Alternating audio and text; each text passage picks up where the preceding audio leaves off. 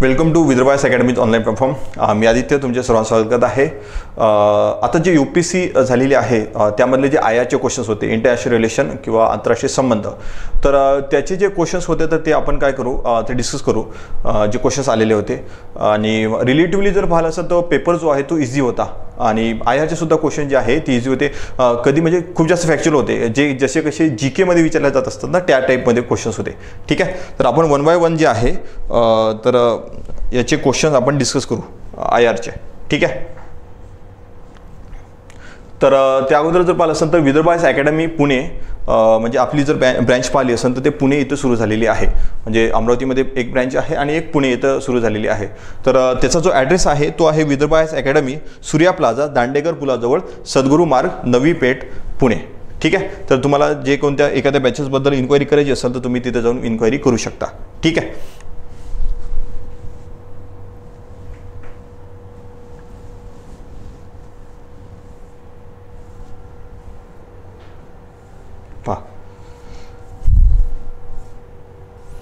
ठीक. हां, आता याच्यामध्ये जो फर्स्ट क्वेश्चन दिलेला आहे म्हणजे आपण याच्यामध्ये मी तुम्हाला क्लिअर करतो की जो सेट बी आहे तो रेफर करत आहे मी. तर त्यानुसार जर पाहिलं असेल जो 98 नंबरचा क्वेश्चन आहे ऑपरेशनबद्दल विचारलेला आहे. जनरली ऑपरेशनवर क्वेश्चन्स विचारतात. Operation undertaken by the army towards upliftment of the local population in remote areas to include addressing of their basic needs is called. तर ऑपरेशन संकल्प जे आहे ते इंडियन नेव्हीचं होतं आणि जे आपली मॅरिटाईम जे बाउंड्रीज आहे तर त्याच्या सिक्युरिटीसाठी जे आहे हे राबवण्यात आलेलं होतं इंडियन नेव्हीकडून. तर हे तर रॉंग आहे, हे नाही आहे. ऑपरेशन मदत जर पाहिलं असेल, ऑपरेशन मदत जे सुनामी जेव्हा झालेली होती तर सुनामीच्या वेळेस 2004 मधलं जे आहे हे ऑपरेशन आहे, तर सुनामीच्या वेळेसचं आहे, हे सुद्धा रॉंग आहे. त्यानंतर जे ऑपरेशन मैत्री तर 2015 मध्ये जर पाहिलं असेल नेपाळ जे आहे तर नेपाळमध्ये जो अर्थक्वेक आलेला होता त्यावेळेस जर पाहिलं असेल तर हे आपल्या इंडियन गव्हर्नमेंटकडून जे आहे ते राबवण्यात आलेलं होतं, हे सुद्धा रॉंग आहे. तर ऑपरेशन सद्भावना जे आहे ना तर हे लडाख आणि जम्मू काश्मीरच्या एरियामध्ये जे आहे हे राबवण्यात आलेलं होतं. ठीक आहे, तर हे तुमचं C जे आहे हे राईट आहे आणि बाकीचे जसे सांगितले मी हे दुसरे ऑपरेशन्स होते. ठीक, त्यानंतर जे आहे हा जसा म्हणजे की खूपच जास्त फॅक्च्युअल क्वेश्चन आहे का जो जनरली आपण म्हणतो की जे GK वगैरे राहते त्याच्यामध्ये विचारला जाते की the longest border between any two countries in the world is between. तर कॅनडा आणि USA, चिली, अर्जेंटिना, चीन, इंडिया आणि त्यानंतर कझाकिस्तान, रशियन फेडरेशन. एक लक्षात ठेवा, सर्वात जास्त लॉंगेस्ट जर पाहिलं असेल ना तर ते आहे कॅनडा आणि USA. ठीक आहे, कॅनडा आणि USA. तर आपण त्याचं जर पाहिलं असेल लॉंगेस्ट बॉर्डर कोणत्या आहे तर सर्वात मोठी जी आहे कॅनडा आणि USA. त्यानंतर आहे रशिया, कझाकिस्तान जर पाहिलं असेल तर हे सेकंड नंबरची आहे. अर्जेंटिना, चिली थर्ड नंबरची आहे आणि मग नंतर आहे चायना, मंगोलिया, त्यानंतर Russia, China, India, Bangladesh border आणि त्यानंतर जर पाहिलं असेल तर मंगोलिया, रशिया, त्यानंतर बोलिव्हिया, ब्राझील आणि इंडिया, पाकिस्तान आणि त्यानंतर मेक्सिको, युनायटेड स्टेट बॉर्डर. तर हे सर्वात सुरुवातीच्या जर तुम्हाला 3 माहीत असल्या तरी पण सफिशियंट आहे. पण कॅनडा आणि USA मध्ये तुम्ही म्हणजे जर कन्फ्यूज झाले असाल तुम्ही एकतर कॅनडा आणि USA आणि म्हणतो रशिया आणि कझाकिस्तानमध्ये. ठीक आहे, पण कॅनडा आणि USA जर पाहिलं असेल ना तुम्ही जर USAचा मॅप पाहिला असेल तर इकडे असा मॅप आहे. त्यानंतर जर पाहिलं असेल तर इकडे जर पाहिलं असेल तर हे तुमचं म्हणजे कॅनडा आणि USA आणि त्यानंतर इकडे अलास्का सुद्धा हे सुद्धा USAचा भाग आहे. तर त्यानुसार जर पाहिलं सर्वात लॉंगेस्ट बॉर्डर जर पाहिलं असेल तर कॅनडा आणि USA मध्ये आहे. ठीक आहे, तर याचं A जे आहे तुमचं राईट आहे. चायना आणि इंडियाची बॉर्डर जर पाहिलं असेल तर कमी आहे. ठीक आहे, कारण की तुम्ही तिथं पाहिलं असेल नेपाळ वगैरे येते, भूटान पण येते आणि त्याच्यापेक्षा जर जास्त मोठी बॉर्डर जर पाहिलं असेल तर बांगलादेशसोबत आपली आहे. ठीक,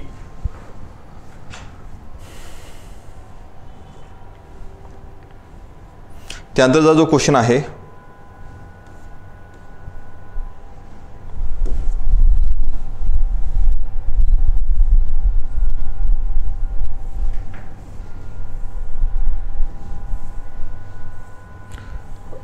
IRचा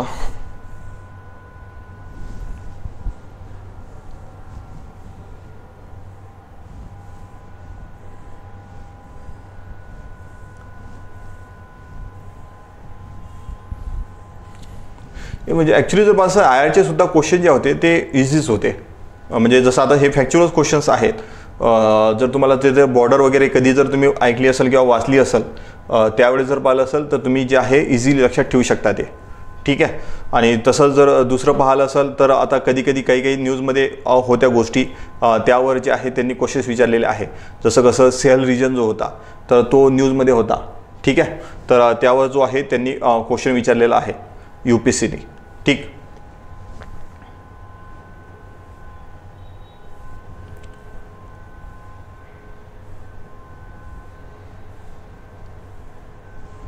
म्हणजे जसं कसं रिलेटिव्हली जर पाहिलं असेल ना तर इझी क्वेश्चन. आता हे ॲक्च्युली याच्यामध्ये स्कॅटर्ड क्वेश्चन राहते, काही क्वेश्चन इथं काही क्वेश्चन तिकडे राहते. ठीक आहे. आता हा जो क्वेश्चन आहे हा सुद्धा आयआरचा क्वेश्चन आहे की याच्यामध्ये विचारलेला आहे, तुम्हाला दिलेला आहे Italy, Japan, Nigeria, South Korea आणि South Africa. Which of the above countries are frequently mention in media for their low birth rates or ageing population or declining population. ठीक आहे. म्हणजे इथं जे आहे म्हातारे लोक कोणत्या कंट्रीमध्ये आहेत. ठीक आहे. तर सर्वात जास्त जर मला एजिंग पॉप्युलेशन जर आहे ते मोरोक्को आहे ना त्याची आहे. ठीक आहे. आता नॉर्मली तुम्ही जापान तर बद्दल खूपचदा ऐकलं असेल आणि ते आता साऊथ कोरियाबद्दल सुद्धा खूपदा ऐकलं असेल. तुम्ही जे आहे जर इटलीबद्दल हे कमीदा ऐकलं असेल, म्हणजे जर जास्त जर न्यूज जर तुम्ही पाहिली असाल तर इटलीबद्दल कमी ऐकलेली न्यूज आहे. ठीक आहे. तर आता एजिंग पॉप्युलेशननुसार जर पाहिलं ना तर सर्वात जास्त जे आहे मोनॅको 34% आहे. आणि त्यानंतर येतं तुमचं जापान. ठीक आहे. त्यानंतर काय येत आहे तुमचं जापान. थोडंसं झूम आउट करतो. आणि जर तुम्ही वर्ल्डचा जर विचार केला तर नियर अबाउट 10% जर पाहिलं असेल ना तर ते तुमची एजिंग पॉप्युलेशन आहे. तर मोनॅको जे आहे याचे 34%, जापान 28%, इटली 22% म्हणजे आपण राऊंड फिगर कन्सिडर करतो. ग्रीस आहे. त्यानंतर जर पाहिलं असेल तर तिथं जे आपल्याला सांगण्यात आलेलं आहे तर एक तर आहे जापान. ठीक आहे. त्यानंतर इटली. ठीक आहे. आणि त्यानंतर जे आहे तुमचं साऊथ कोरिया जे आहे ते सुद्धा आहे. तर याच्यामध्ये म्हणजे याच्यामध्ये तर नाही आहे, पण साऊथ कोरिया सुद्धा जर पाहिलं तिथं सुद्धा एजिंग पॉप्युलेशन तुमची आहे. ठीक आहे. तर यानुसार जर पाहिलं असेल तुमचं जे क्वेश्चन होता तर याच्यामध्ये इटली, जापान आणि साऊथ कोरिया 1 to 4. ठीक. हा सुद्धा फॅक्च्युअल क्वेश्चन होता. जर म्हणजे की जर तुम्ही एखाद्या वेळेस म्हणजे जे काय एजिंग पॉप्युलेशनबद्दल जिथं जास्तीत जास्त लोक जे आहे म्हातारे होत चालले आहे, कारण का तिथला जर पाहिलं असेल तुमचा जो बर्थ रेट आहे तो कमी आहे. ठीक आहे. बर्थ रेट जो आहे तो तुमचा कमी आहे त्या कारणामुळे. ठीक.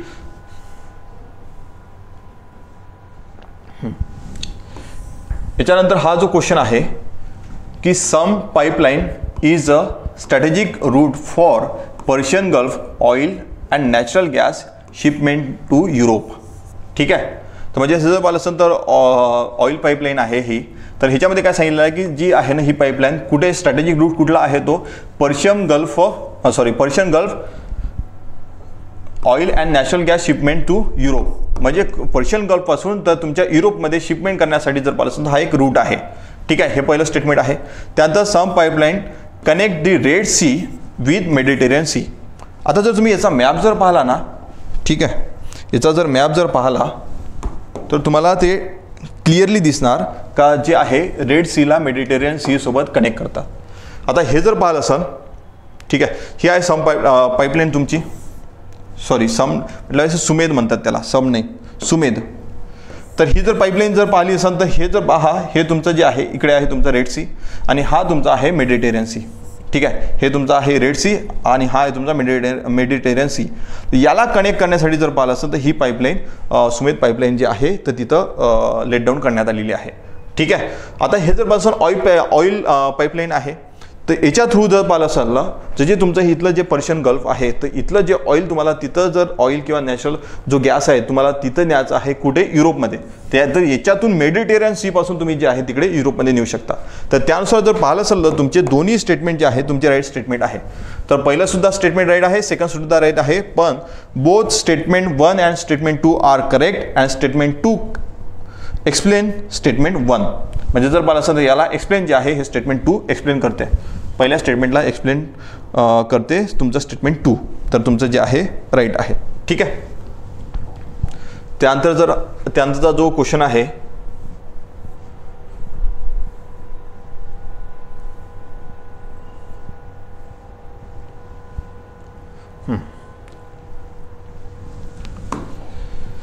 Consider following pair Argentina, Sudan, Turkey.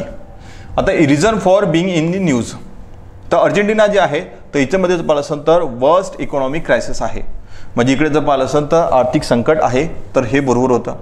Sudan जे आहे याच्यामध्ये war between the countries regular army and parliamentary forces, तर हे सुद्धा बरोबर आहे.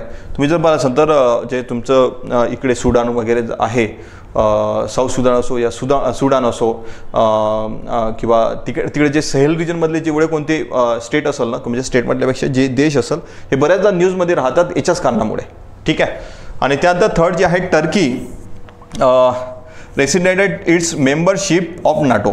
आता हे जर पाहिलं असेल तर मध्ये जे आहे ना, तर नाटोमध्ये स्वीडनला ॲड करण्यासाठी सुरू होतं. आता टर्की जी आहे तर टर्कीचं थोडंसं त्याच्यावेळेस जर पाहिलं असेल टर्कीने हे जे आहे तर टर्की सोडणार नव्हती, नाटो जे आहे टर्की सोडणार नव्हती किंवा सोडत पण नव्हती, तर फक्त त्यांचं इन्क्ल्युजन करू नका किंवा त्या टाईपमध्ये थोडंसं जे स्टँड होता ते त्याच्या अगेन्स्टमध्ये घेत होते. ठीक आहे. तर थर्ड तुमचं रॉंग आहे आणि ओनली 2 पेयर्स तुमच्या राईट आहे. ओनली 2 पेयर्स तुमच्या काय आहे राईट आहेत. ठीक. त्यानंतर आहे हा सुद्धा फॅक्च्युअल क्वेश्चन होता. Who was the following is the author of books the Indian way and why Bharat matters. आता हे जर पाहिलं असेल तर सुब्रमण्यम जयशंकर म्हणजे यस जयशंकर जे आहे याचे रायटर होते. आता पहा याच्यामध्ये सुद्धा जे लॉजिक म्हणजे जर पाहिलं असेल तर तुम्ही यूज करू शकता. तर म्हणजेच काय आहे की दी इंडिया वे आणि वाय भारत मॅटर्स. आता पहा तुमचं आपण म्हणतो की आता जेव्हा हे सरकार आलेलं आहे तर यांच्या कार्यकाळात इंटरनॅशनल लेवलवर जर पाहिलं असेल तर इंडियाची जी इमेज आहे ते थोडीशी इम्प्रूव्ह झालेली आहे. मग आता जर पाहिलं असेल तर इम्प्रूव्ह झालेली आहे तर मग ठीक आहे. पण या जर वेळेस पाहिलं असेल तर जेव्हा आपले जे तुमचे आपले फॉरेन मिनिस्टर आहे ते यस जयशंकर आहे. आता भारत जर पाहिलं असेल तर भारत जे आहे तर हे जे आहे BJPशी रिलेटेड असतात थोडंसं. म्हणजे तुम्ही मध्ये जर पाहिलं असेल जेव्हा G20 होती तर प्रेसिडेंट ऑफ इंडिया नाही तर प्रेसिडेंट ऑफ भारत म्हटलं गेलं होतं. ठीक आहे. तर त्यावेळेस जर पाहिलं असेल तर हे जे आहे तर हे जे लीडर आहे BJPचे लीडर आहे तर पॉसिबिलिटी आहे की यस जयशंकर यांनी हे बुक लिहिलेलं असेल. ठीक आहे. तर पण ॲक्च्युली पॉसिबिलिटी म्हणजे जेव्हा तुम्ही एक्झाम हॉलमध्ये असतात तेव्हाची पॉसिबिलिटी सांगत आहे, पण ॲक्च्युली त्यांनीच लिहिलेलं आहे. ठीक.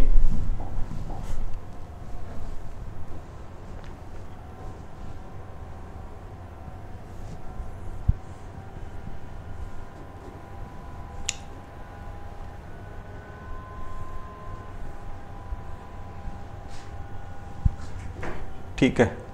त्यानंतर हे एक्सरसाइज मित्रशक्ती. आता एक्सरसाइज मित्रशक्ती जर पाहिलं असेल 2023 बद्दल विचारलेलं आहे. This was a joint military exercise between India and Bangladesh. पहिलंच तुमचं रॉंग आहे. इंडिया बांगलादेश नाही तर इंडिया श्रीलंका आहे. ठीक आहे. इंडिया श्रीलंका. तर पहिलं स्टेटमेंट रॉंग बनलं तुमचं. तर हे सुद्धा रॉंग, हे सुद्धा रॉंग, हे सुद्धा रॉंग. डी जे आहे तुमचं राईट स्टेटमेंट राहणार आहे. तर इट कमेस इन औंध पुणेमध्ये जे आहे ते सुरुवात झाली होती. तर joint response during counter terrorism operation was goal of this operation. ठीक आहे. म्हणजे इन केस आता कधी कधी जर पाहिलं असेल तर एक्सरसाइज मित्रशक्ती 2023 याचं जर पाहिलं असेल तर गोल काय होतं हा सुद्धा क्वेश्चन विचारला गेला असता, पण त्यांनी पूर्णच विचारलेला आहे. पण पहिलं जर तुम्ही जर पाहिलं असेल तर इंडिया आणि श्रीलंका याच्यामधली होत्या. तर सेकंड तुमचं राईट आहे. थर्ड सुद्धा तुमचं राईट आहे. Indian air force was a part of this exercise. तर हे सुद्धा तुमचं काय आहे राईट आहे. म्हणजेच काय फर्स्ट रॉंग आहे. फक्त जे बांगलादेश सोबत नव्हती आपली, हे कोणासोबत होती? श्रीलंकेसोबत होती. ठीक.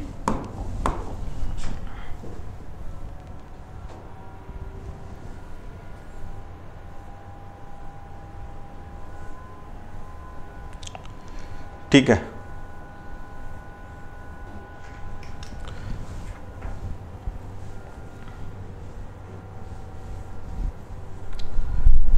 त्यानंतर हां आता व्हेनेझुएलाबद्दल क्वेश्चन विचारलेला आहे. Recently Venezuela has achieve a rapid recovery from its economic crisis and succeed in preventing its people from immigrating to other countries. आता हे रॉंग स्टेटमेंट आहे, कारण की सध्यासुद्धा जे आहे तर तिथे इकॉनॉमिक क्रायसिस सुरूच आहे. ठीक आहे. सध्या सुद्धा जर पाहिलं तिथं इकॉनॉमिक क्रायसिस सुरूच आहे, तर रिकव्हरी त्यांनी केली नाही. आता इथं लक्षात ठेवा, जसं मी जसं आहे की जे काही राहत असते ना थोडेसे एक्स्ट्रीम वर्ड, ते एक्स्ट्रीम वर्ड जेव्हा राहते स्टेटमेंटमध्ये थोडंसं कॉशनली तुम्ही जे आहे ते वाचलं पाहिजे. याच्यामध्ये म्हटलेलं आहे रॅपिड रिकव्हरी केलेली आहे, तर हे स्टेटमेंट तुमचं रॉंग आहे. Venezuela has the world largest oil reserves which one of the following is are correct. म्हणजे हे जे आहे तर लार्जेस्ट रिझर्व असं आहे म्हटलेलं आहे. तर सेकंड नंबरवर जर पाहिलं सौदी अरेबिया आहे. तर तुमचं सेकंड राईट आहे, फर्स्ट रॉंग आहे तुमचं. तर स्टेटमेंट फर्स्ट इज इनकरेक्ट आणि स्टेटमेंट 2 इज करेक्ट. तर हे तुमचं राईट आन्सर आहे. ठीक आहे, हे तुमचं काय आहे, राईट आन्सर आहे. ठीक. तर व्हेनेझुएलामध्ये सध्या सुद्धा तिथे इकॉनॉमिक क्रायसिस सुरूच आहे, ते रॅपिड रिकव्हरी त्यांनी केलेली नाही आहे. आणि जसे सांगितलं मी की जर पाहिलं असं अशा वेळेस जेव्हा तुम्हाला हे काही असे एक्स्ट्रीम वर्ड त्याच्यामध्ये स्टेटमेंटमध्ये दिसले तर थोडंसं केअरफुली वाचलं पाहिजे. कारण की जनरली असं राहतेच ते काय असे जे राहतात ना, तर हे रॉंग होण्याचे चान्सेस खूप जास्त राहतात. म्हणजे जे स्टेटमेंट तुम्हाला दिलं राहणार ते असं रॉंग होण्याचे चान्सेस खूप जास्त राहत असते. ठीक आहे. याच्यामध्ये त्यानंतरचा जो क्वेश्चन आहे, there is instability and worsening security situation in Sahel region. तर जसं मी सांगितलं की सहेल रिजनमध्ये हे बऱ्याचदा सुरूच राहते. तर पहिलं स्टेटमेंट राईट आहे. There have been military takeovers and coup in several countries of the Sahel region in recent past. तर याच्यामध्ये जर पाहिलं असेल तर जवळपास तिथं जर पाहिलं असेल तर 5-6 एवढ्यादा जे आहे अशा गोष्टी तिकडे मिलिटरी कूप घडलेल्या आहेत. ठीक आहे. तर सेकंड सुद्धा तुमचं राईट आहे. तर both statement 1 and statement 2 are correct and statement 2 explain statement 1. तर हे तुमचं जे आहे राईट आन्सर आहे. ठीक आहे. हे सुद्धा जे आहे हे स्टेटमेंट आहे तुमचं, ज्याचं फर्स्ट आन्सर होतं ए, ऑप्शन ए तुमचं राईट आन्सर आहे. ठीक आहे.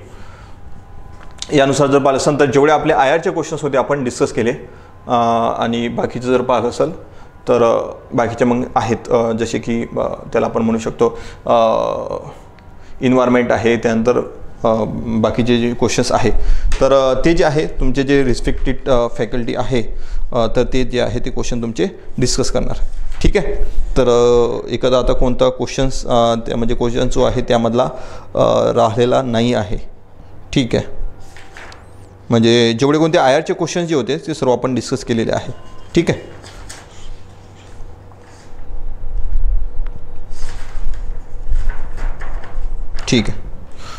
ठीक आहे. तर आता हे जर पाहिलं असेल तर आपण जेवढे कोणते 7-8 क्वेश्चन्स IRचे होते आपण सर्व डिस्कस केलेले आहे. जसं मी सांगितलं की काही क्वेश्चन जसं कसे लॉंगेस्ट बॉर्डरबद्दल विचारलेलं, एजिंग पॉप्युलेशनबद्दल विचारला होता. हे असे क्वेश्चन होते की हे फॅक्च्युअल क्वेश्चन होते. आणि तुम्ही पहा PYQ जर पाहिले असेल UPSCचे तर बरेचसे जे क्वेश्चन्स आहे तुम्हाला जर पाहिलं असेल ना तर सहेल रिजन जो आहे किंवा तुम्ही थोडे म्हणजे आफ्रिका जो तुमचा कॉन्टिनेंट आहे तर त्यामध्ये जे काही माली किंवा नायजर किंवा असे जे काही आहे तिथले जे नेशन्स आहे किंवा देश आहे तर हे बऱ्याचदा न्यूजमध्ये राहत असतात. ठीक आहे. आणि तर त्यावेळेस जर पाहिलं असेल तर तुमचं मिडल ईस्ट जो कोणती जे मिडल ईस्टमधल्या ज्या कंट्रीज राहते सुद्धा न्यूजमध्ये राहत असतात. तर त्याबद्दल नेहमी क्वेश्चन्स विचारले जात असतात. एकतर मॅप बेस्ड क्वेश्चन विचारतात, नाही तर मग जे आहे तर तिथं जे आहे रिसेंटली काय झालेलं आहे याबद्दल क्वेश्चन विचारतात.